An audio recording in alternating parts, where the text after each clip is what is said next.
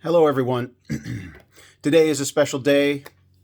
June 3rd, 2021 is the 100-year anniversary of a verified, court-documented miracle, a miracle of jurisprudence as well as a miracle just in general.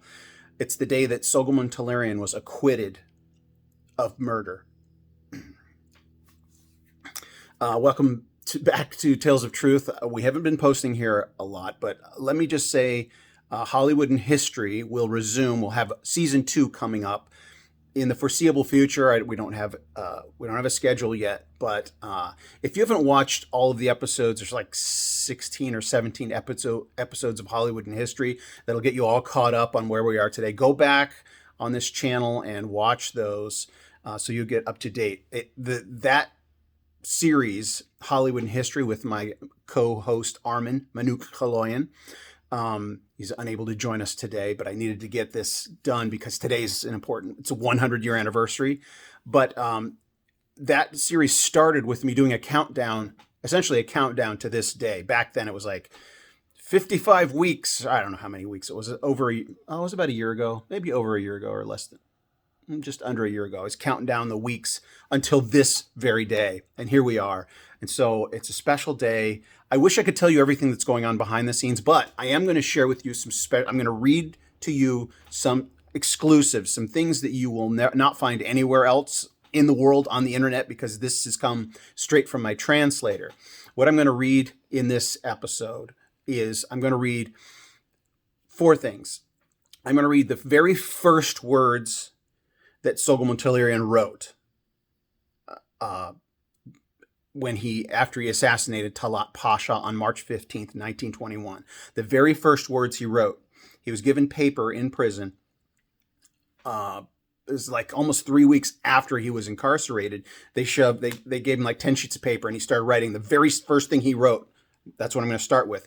Then I'm going to read the dream that he had the night before his acquittal. So 100 years ago, last night, he had a dream right before the final day of the trial and the verdict was read. I'm going to read that dream, and thirdly, I'm going to read the very last words that Soghomon Tehlirian wrote. So the first thing is the first words he wrote. The very last words that he wrote, not in his prison diary, but in total, the last words that we know that he wrote about this story.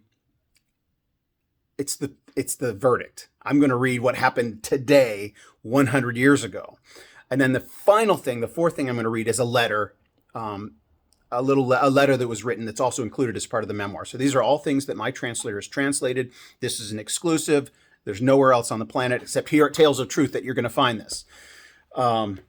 Again, I'd like to say I'd love to be able to disclose all the things that are going on behind the scenes, but I can't. I am contractually obligated to conceal, but there's good stuff happening. It's always in progress. I have a meeting tonight that's a milestone meeting, the 100-year anniversary. It was scheduled for tonight because of the event, and so I have a very important meeting. I won't disclose it here, but I said, hey, why don't we meet on June 3rd? And this guy's like, yes, absolutely. That's the perfect day.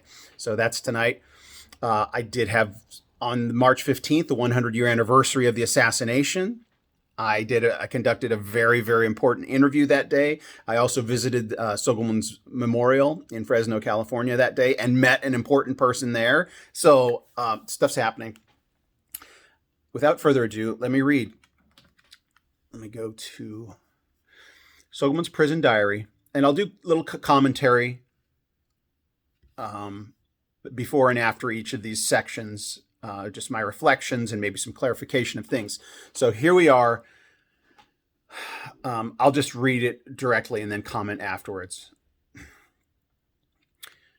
This is Soghomon's prison diary, his very first entry.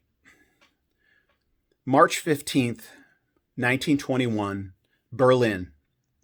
Written on April 8th, 1921, in Berlin City Jail.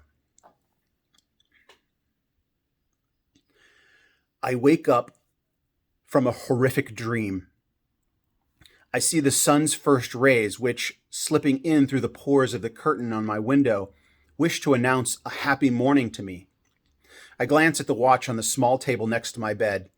It's 8:25. I light a cigarette and start to smoke in my bed. But I'm anxious and my mind is tormented, overwhelmed by heavy ruminations that have resulted from the dreadful impressions left by my dream. I recall what my ancestors have said about dreams, that often bad ones can have a good meaning. Wishing to convince myself for a moment that what my forefathers have said is true, I interpret my dream as being auspicious, get out of bed, and begin to get dressed in a happy mood. It's 9:10. I request that the attendant bring me breakfast. The food is ready within a few minutes. Yet for some reason, I have no appetite, whereas I have relished eating breakfast the previous mornings. That dream, it's that wretched dream that haunts me.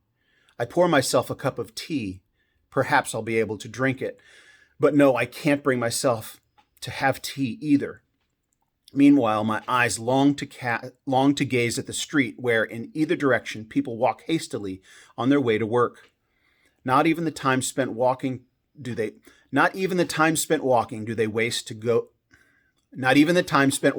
want to go to waste. There are morning papers in the hands of some. Thus, they would be abreast of the day's news by the time they reach their workplaces. Others, being late to work, eat their breakfast while walking. And so the endless bustle of the street draws me in, piques my curiosity to the point of taking away my appetite for breakfast, which consists of a variety of dishes as well as tea, all placed on my table. I just take a few sips of tea, leave the food untouched, and approach the window in order to watch the passers-by more closely and search among them for someone who could tell me the real meaning of my dream. Plunged into an armchair by my window, and with my eyes fixed on the street, I'm carried away by the swells of boundless and profound reveries coalescing into their bottomless depths. In my ensuing oblivion, I begin to have a second lucid dream, a dream which has been the yearning of the hearts of many, a dream which has created for me a new chapter, a new life, a dream which is the rightful restitution sought by the voice of vengeance and protest raised by the bones left from the unburied corpses of innumerable innocent martyrs. Bones and interminable bones abandoned across parched deserts, bones whose sounds of sobbing were what I heard in my dream last night. It's 11 o'clock. I find myself at the corner of Hardenberg and Fazen streets, surrounded by a mob, some among which hold me firmly by my arms. I glance at the faces of these people. They're all staring at me threateningly. I don't know why. What has happened to these people to make them raise their fists and want to kill me, whereas I neither know nor have anything to do with any of them? I don't even understand their language. Meanwhile, I realize that I have a terrible headache and some kind of liquid is dripping down my cheeks. It's my own blood, flowing down from my forehead to my cheeks and from my neck to my torso, once again to paint in red the body which, having escaped the sea of blood, had just finished draining its very source. "I want the police!" I scream, in German, of course. Suddenly, a man among the crowd walks up to me and tells me he's a police detective. This is when I seem to take heart as I begin to hope that I'll be able to break free of the crowd. Encouraged by the detective's presence, I manage to find a few words and shout in my broken German, "I'm a foreigner, and my business is with a foreigner. I have nothing against Germans." Once I say this, the crowd calms down a bit.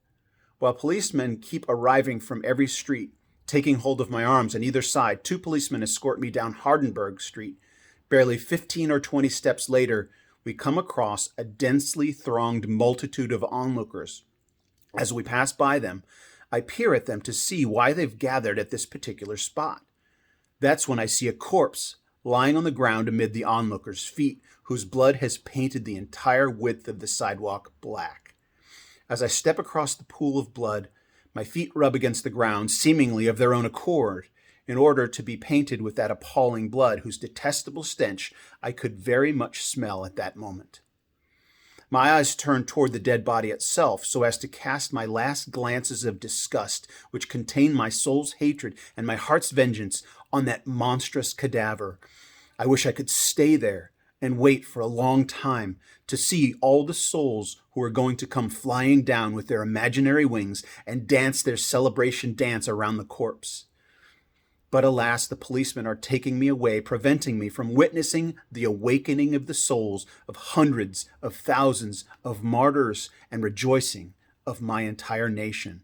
And the rejoicing of my entire nation. Okay, so he's been sitting in a jail cell for 3 weeks, meditating on this moment, the first day, the day he assassinated Talat. So he begins in his diary with the very first thought he had that morning. He's ruminated on this for 3 weeks. He's been sitting with interrogators. They're trying to get it out of him. He doesn't speak German, so he can't tell them. And he's not going to tell them all the details either, even though he confessed. He confessed to premeditated homicide. He did in these interrogations. But after 3 weeks of sitting in a jail cell, after interrogations, I think he's had a meeting with an attorney, or by this time, the chronology escapes me. I don't recall if he'd met with an attorney yet. I think he had by the time he wrote this. But he begins with a nightmare. And anybody who knows the Soghomon Tehlirian story, anybody who knows his memoir, it's full of these visions and nightmares. And he then has a second dream while he's awake, a lucid dream. And then there's a time jump.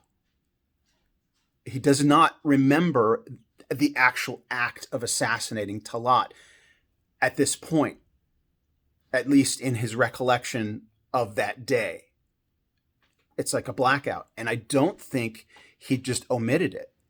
It's possible that he omitted it, but there are other things that he recounts in his diary later on that reflect on him, things coming back to him, but still being confused about the details. Yet we know the details, especially in the transcript of the trial, when there are other witnesses that saw the thing. So we know those details, and these things all come back to him, and he recounts it in detail later. But this is an example of a traumatic event. I speculate as to why he may have blacked out. One, maybe it's the trauma of doing it, or possibly the concussive injury, brain injury that, he blacked out. He was attacked by a mob. He was bleeding from the head. He was being pummeled. So it remains to be, it's up for debate whether he omitted this intentionally because he's writing in a diary that could be taken away from him by his prison guards anytime, and there's a confession written in here, or he had a real blackout. So those are the only real options. But it's fascinating that he writes it this way because it's cinematic and dramatic, the way he writes it. Also,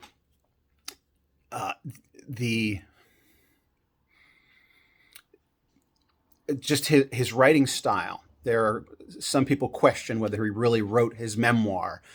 These are in his handwriting. This prison diary is in his handwriting, irrefutably. It's his, and the texture of his writing here matches the texture of the writing in the memoir.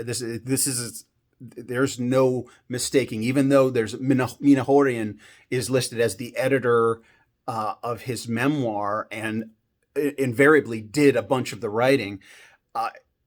Soghomon's family has testified that they saw him writing, that they visually saw him writing his memoir, but also he probably dictated, because Minahorian was a friend that lived locally to him where he lived at the time, would come over once or twice a week. And so invariably he's dictating a bunch of this to Minahorian. So some of it is written in the memoir, not the diary that I just read, but the memoir itself. Let's move on to the next passage I want to read. All right. So it's significant. I'll just mention this here before I read this section. His very last entry in the diary is also a dream. Okay, so the way I look at it is some would say it's post-traumatic stress disorder. He's seeing his mother. He's so traumatized by what happened and the visions of massacre that he saw and the testimonies that he heard he saw firsthand and interviewed orphans, and so he had an abundance of traumatic experience, firsthand and emotionally reliving these things. And so, so you could call it post-traumatic stress disorder, which he suffered from. They refer to it as epilepsy or some of the fits he was having, but he was today we would call it post-traumatic stress disorder. But that doesn't discount the reality of the experiences for him. It was vivid for him, lucid dreams, and he was told by his mother that he was going to kill Talat. Right? In these visions, you could say he was commanded to, and that's what drove him forward. But I don't think it's an either or. I don't think it's I think he had a vision of the future, that he was getting a prophetic dream. His mother was speaking to him, and it's what drove him forward. Because how could he, some random Armenian in the middle of nowhere, actually get connected to Talat? There were things that happened outside of his control. Okay, so he had a vision of the future, and it was a post-traumatic stress. But he didn't have nightmares, recurring nightmares, after he accomplished the task. All right, so, which brings me to this dream. Oh, I had mentioned that the very final entry in his prison diary, which was May 12th, he had another dream. And he had a dream, this is before the trial, it's like 2 weeks before the trial, he had a dream seeing himself with gray hair. All right, so there's an example. He had a dream seeing himself with gray hair, and he was facing the death penalty. Right? If he had been sentenced to death, he would never have grown gray hair.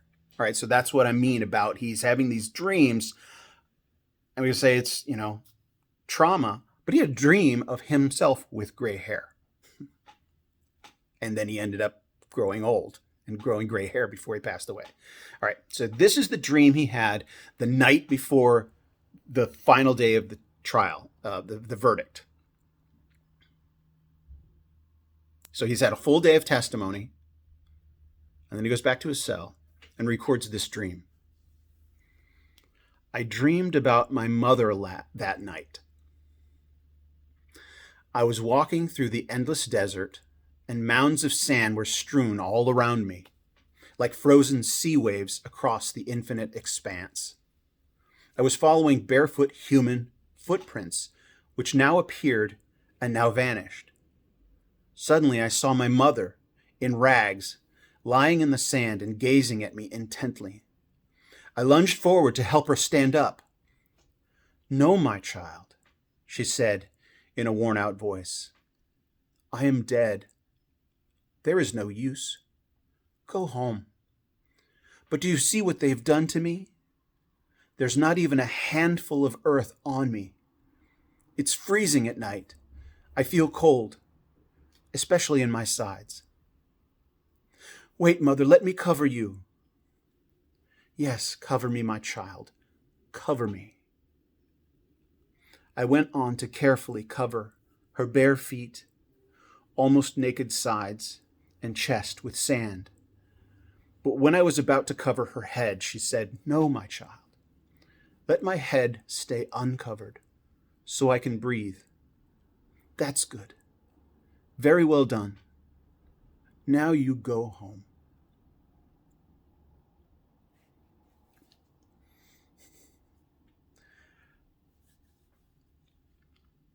The first passage I read, when he had the nightmare and he wakes up and he's looking out at the street at Berlin daily life, people going to work, to school, going about their day.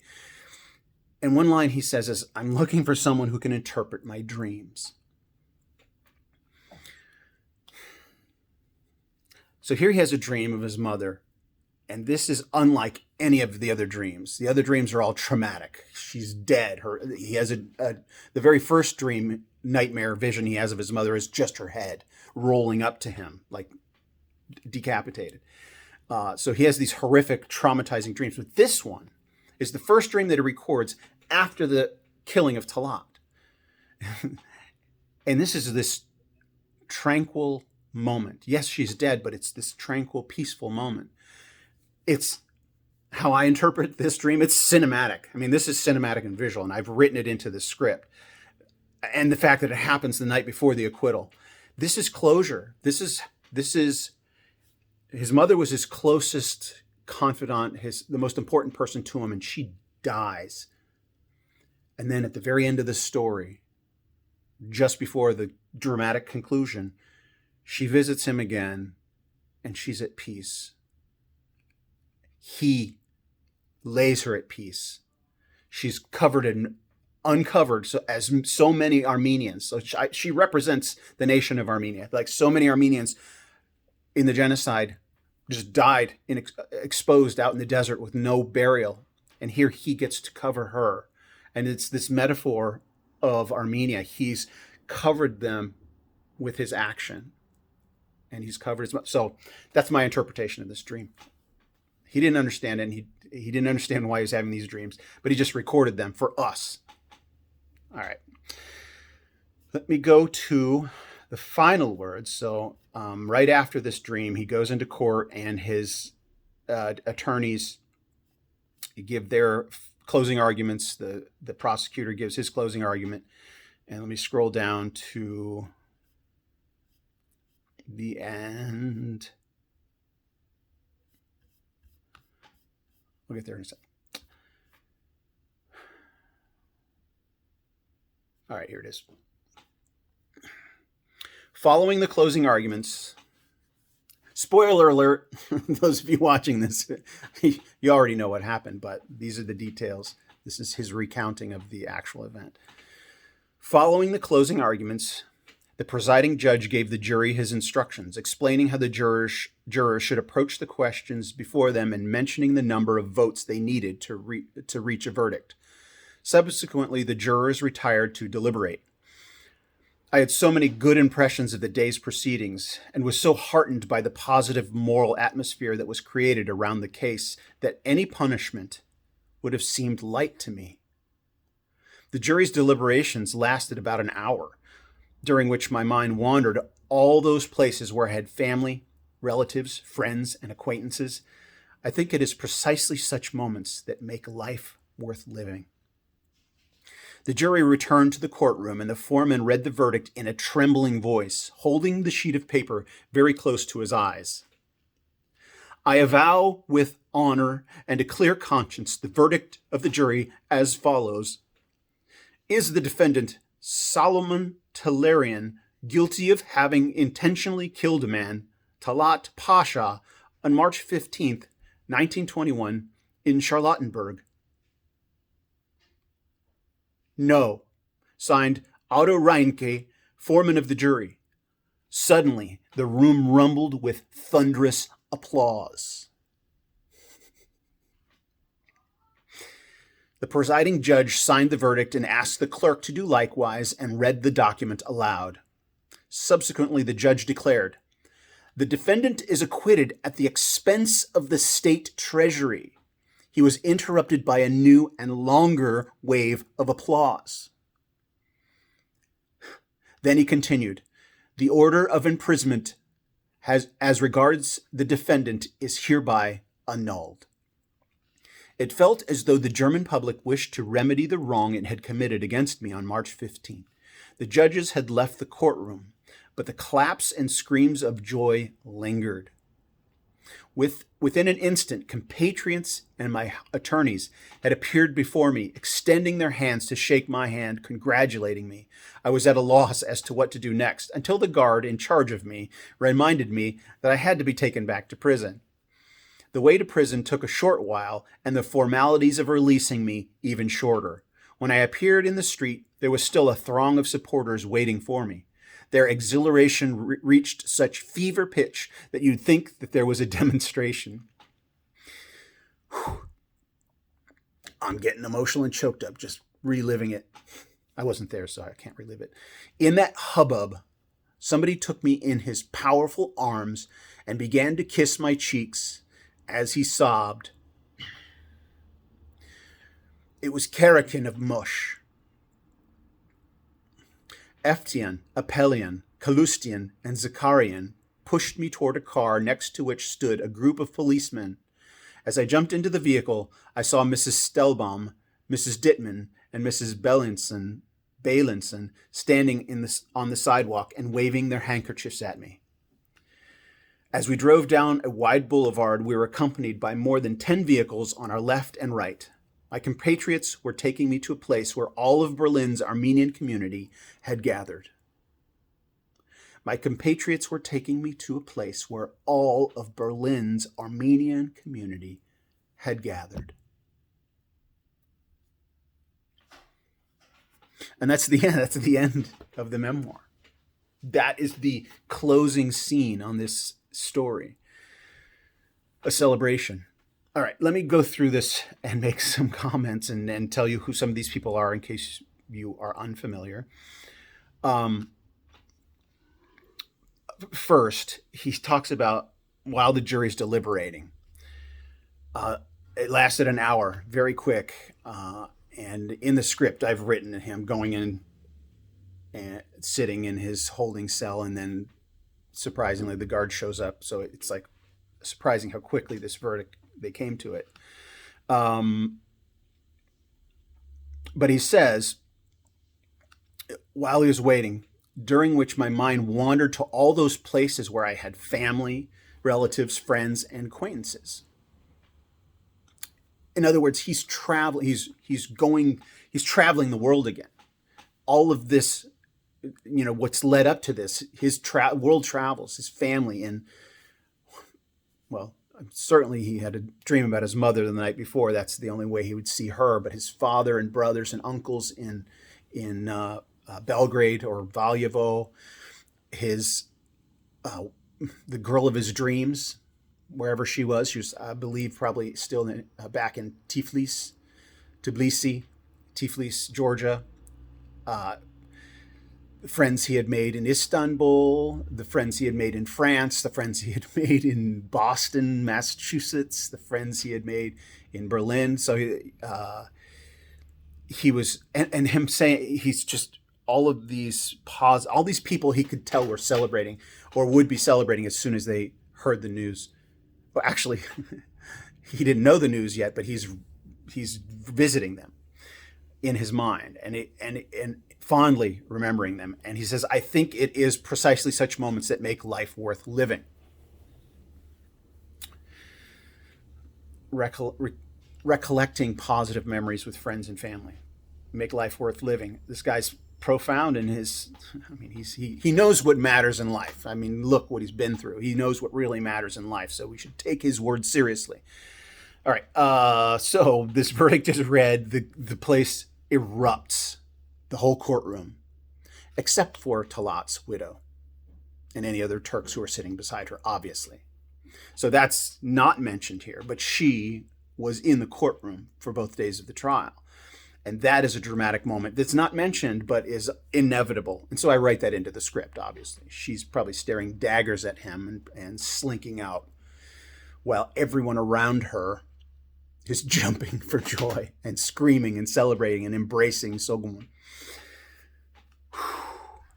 So some of the people he mentions. Okay, so the most emotional moment for me, and probably one of the most emotional moments in the cinematic telling when this is told, is this moment when somebody took me in his powerful arms and began to kiss my cheeks as he sobbed. It was Karakin of Mush. This is the third occurrence. This is perfectly cinematic, right? Things come in threes in cinema. You need to come in threes. And this is the third appearance of Karakin of Mush in the story. The first time Soghomon encounters this guy, he's this burly coach driver. He drives their cart when Soghomon is going from Erzurum or from Erzincan. Well, he goes from from Etchmiadzin, all these E-name cities. Etchmiadzin to Erzurum, then from Erzurum to Erzincan. And I don't know if he meets him in the travel from Etchmiadzin to Erzurum or from Erzurum to Erzincan. Erzincan being Soghomon's home. So Soghomon is after the genocide. Soghomon finally gets a chance to go visit his home and try and find his family. and Karakin of Mush is the coach driver. And so they're rescuing orphans along the way. And so they spent a lot of time together. And Karakin, his whole family, he lost many relatives and he can't get over it. So the second time we see Karakin of Mush is once Soghomon gets to Berlin. He's living a double life. Soghomon is a spy, an assassin, yet his cover is he's a student. And so he meets Armenians that don't know he's an assassin, and then he has Armenian compatriots that are working with him as an assassin. And so he meets Karakin in a social gathering with some of his friends, these friends that are mentioned next. But Karakin of Mush and Soghomon get into a fight because Karakin is just, he can't get past the death of his family, and he's just eaten up and torn up and Soghomon is tired of it. He doesn't want to relive these horrific stories, and Karakin just talks about him, and they go at it. And Karakin blames Soghomon of defending Talat. It's like, of defending Talat? He's about to kill Talat. But he can't reveal that he's there to kill Talat. And so it's this incredibly dramatic, tense moment, and Karakin just leaves in a huff. He gets kicked out of the event where they were at, or it's just a dinner, and it's just a traumatic moment. And that's the last time Soghomon sees Karakin until this moment, right? Karakin has this hatred for Talat, and he thought Soghomon was defending Talat. And then Karakin hears in the news that kid killed Talat. He shows up. He gives him this big bear hug. It's this emotional moment. As you can tell. All right. And then next, we have a list of names here. Eftian, Apelian. Those are the two non-conspirator friends that he had in Berlin. They were just students that he hung out with. A couple guys had no idea why he was there. Then Kalustian is another mutual friend of theirs who was also translator in the trial. And then Zakarian was another translator in the trial, but was one of his compatriots, one of his spy, in the conspiracy to track down Talat. And Zakarian was having to conceal his cover. So they were all there, and they pushed him. And then they pushed him toward the car. And as he jumped in, he saw Mrs. Stellenbaum, Mrs. Dittman, and Miss Bellinton. And these three ladies, the first two are his landladies. Miss Stellenbaum was the first landlady while he lived there. Then when they found Talat and where Talat lived, he moved to another apartment, and Miss Dittman was the landlady of that apartment. He was only there for like 2 weeks. And then Miss Bellinson was a German student who his friends, Apelian and Eftian, had found to teach him German. So she was a love interest. They were trying to hook him up as well as get him to learn German.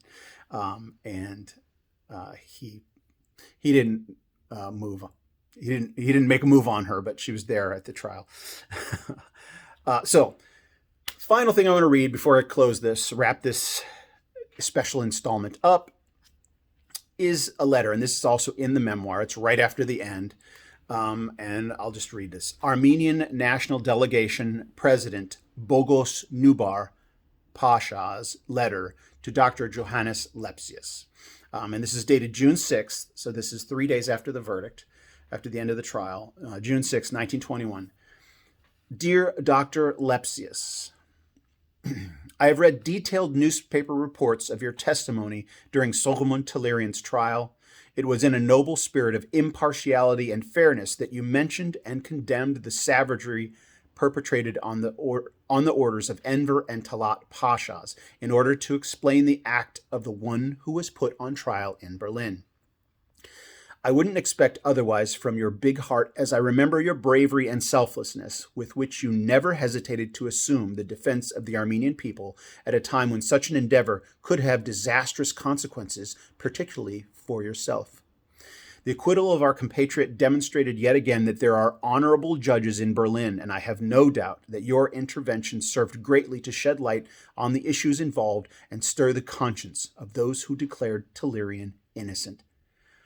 On behalf of myself, the Armenian National Delegation, and the entire Armenian people, I convey with all my heart our deep gratitude to you for your continued support of our cause. Please accept, dear Lepsius, my best regards, Boghos Boghos Nubar. Right, so these are two very prominent figures in that period in Armenian history. Boghos Nubar, I don't even know all the details on him, but he has a library in, I believe, Paris. That's one archive that I have yet to visit, but he's a prominent figure.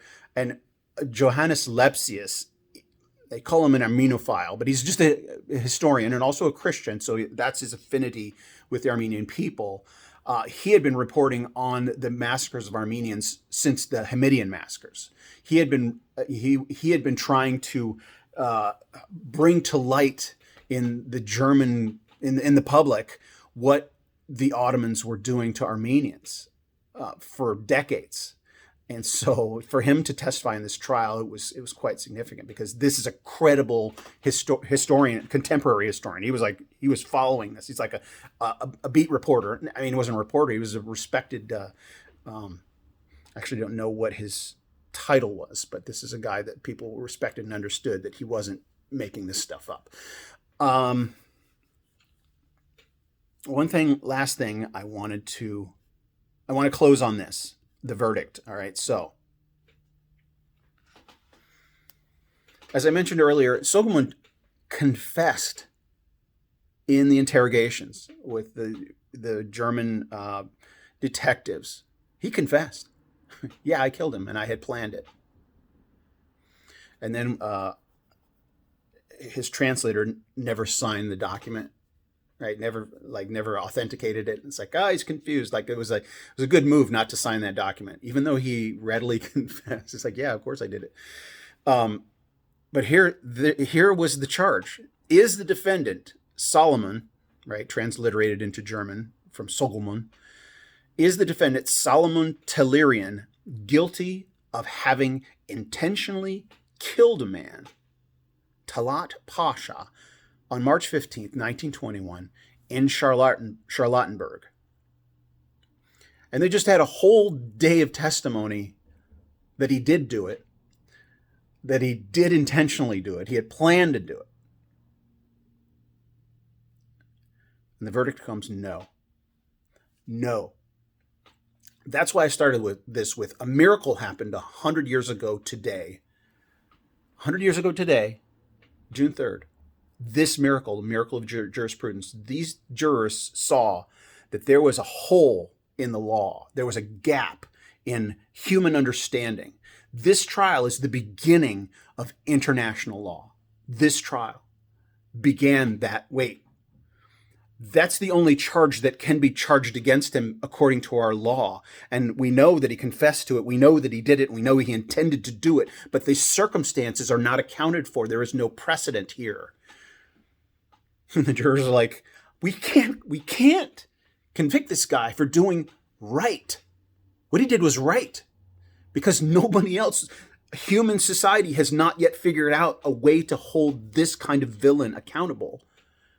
And this verdict is the beginning of international jurisprudence, of international law.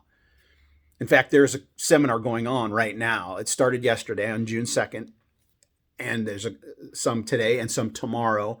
And I think tomorrow's event is by one of our friends here, our first interview we posted, Professor Ron Grigorsuni is talking about this case, about this trial. I think it's a 3-day seminar, June 2nd, 3rd, and 4th. And it's essentially saying the rise of international law based on this trial 100 years ago. All right, that's it. If you haven't subscribe, pass this on. This is some exclusive stuff. You're not going to get this anywhere else.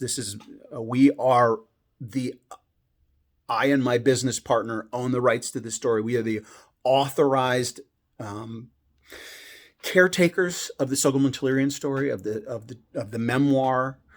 We are authorized by the Tehlirian family, his direct descendants. We are the only ones. This channel, you watching this, you're the only ones seeing, or this is the only place you can find the authorized version that the family is endorsing and behind us. We want to do right by Soghomon Tehlirian and his family. All right. Subscribe and share and click the like button and comment. And stay tuned. Go back and watch more of our Hollywood and history stuff. But we'll be back to this channel. Armin will be back on here. He's finishing up at finishing up his classwork at Georgetown, and then he's going to do his research part of his PhD. He's going to Armenia. I'm so jealous, but he is coming home to the Los Angeles area soon. He said he'll be in town on June 28th, so he and I will get together. We'll do a video live and in person for the first time on this channel, and we'll post it here. Until then, see you all.